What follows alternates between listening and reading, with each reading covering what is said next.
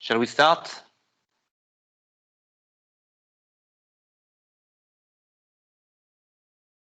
Massimo, yes. Shall we start? Yes, okay. Yes. Okay, so basically the purpose of that demo is to show you the new orders we had to implement for Cypress HMI. What you have to understand that for the platform that we are going to deliver to Cypress, there will be no pilot position, which basically means that at the level of the HMI, of the controller HMI, we have to make sure that the controller can input and pilot the aircraft as if he was a pilot. So basically, the standard HMI of Cypress allows the ADCO to perform a DCT order that was already available, and that's available for the HMI, so we maintain that. It allows the ADCO to input a CFL on the flight. Okay, so sorry, the CFL on the flight. The rate of climb descent was available as well, so you could do that in the simulation room in Eurocontrol with a left click on it, and that was allowing you to enter rate of climb descent, including expedite or emergency, and to cancel it. That was available for the simulation, so it's not new. What is new now is that we provided the ADCO with the capability to command the aircraft with a heading, an open heading, or with a speed. So basically on that platform, the controller will be able to control the aircraft to give him headings and speed orders. I'm going to show you the way it works. So basically those two new fields are new in the label. They were not there for the previous simulation. So AHDG stands for assign heading, ASP for assign speed. So basically if you left click, so you have to be careful. And normally your inputs are based on the right click. You right click on the call sign, you right click on the CFL. But for the new orders, you left click because the right click is already used for something else I'm going to show you in a while. So basically, if you left click, again, left click on the assign heading, that opens the heading menu with a left and or right option, which allows you to turn left or right. The heading is given as an absolute heading. So basically, if I input their heading, let's say 180, so heading south. So basically the heading gets displayed in the radar label H180. You have to understand that this value will be displayed to every single controller of the Cypress Sapphire. So Massimo, can you switch to the PCCWP09, please?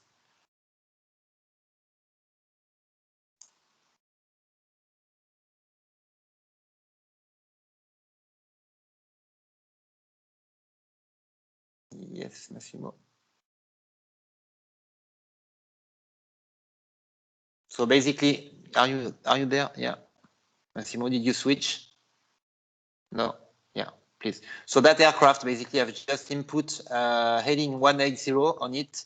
You can see in the radar label of that sector that the 180 is displayed there. So basically every controller knows that heading has been input on the aircraft. So let's get back to the PCCWP08, Massimo, please.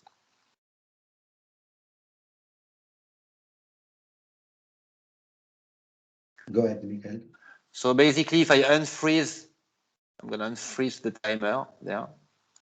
You're going to see the aircraft turning. Okay.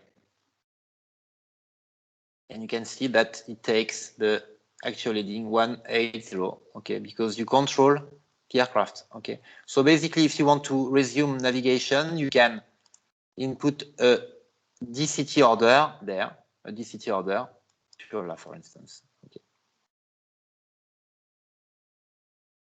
The DCT order automatically resumed normal navigation, so basically it automatically dismissed the assigned heading value. It's an automatic dismiss because you resume normal navigation for that aircraft. Okay. You have another way to dismiss the heading from the radar label. If you input, I'm going to input a new heading there, for instance, 245. So it's going to start turning again. You can dismiss that value. there directly, clicking right on it. If I click right there, that dismisses the heading from the radar label, but the heading does not change. It's not a resume normal navigation. It's just a dismiss to get rid of that value in the radar label. So basically, we expect the ATCO to dismiss like that if he's expected to give DCT afterwards. If you dismiss from that label, from the assuming sector only, and you cannot dismiss an heading from any other sector. If you dismiss, it's dismissed on every single sector. So if we get back to the PC CWP 09, Massimo, please. If you check that flight, the heading has been dismissed because it's a global dismiss. So let's get back to the PC CWP 08. I'm gonna resume normal navigation for that flight again. So basically, let's DCT the flight to Suvas to get back to the profile. Okay, the aircraft is turning to fly direct Suvas.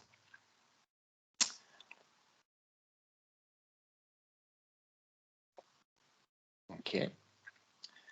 So basically, that's it for the heading order. The new other order is the speed order. So basically, it allows you to enter a speed in Mach number or indicated airspeed. The speed pop-up menu contains the list of available speeds.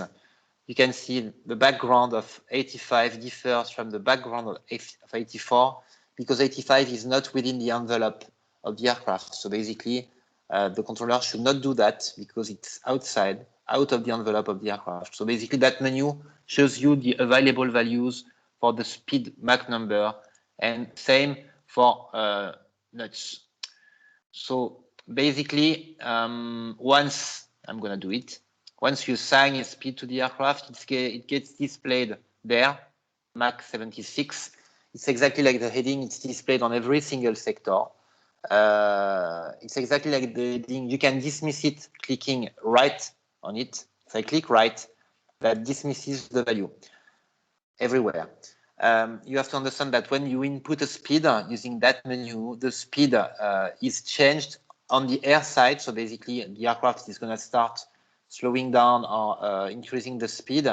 And it's the speed input is done as well on the GRD profile, on the ground profile. So basically, inputting a speed on the aircraft has an impact on the estimates calculated by the GRD, by the ground system. That's very important.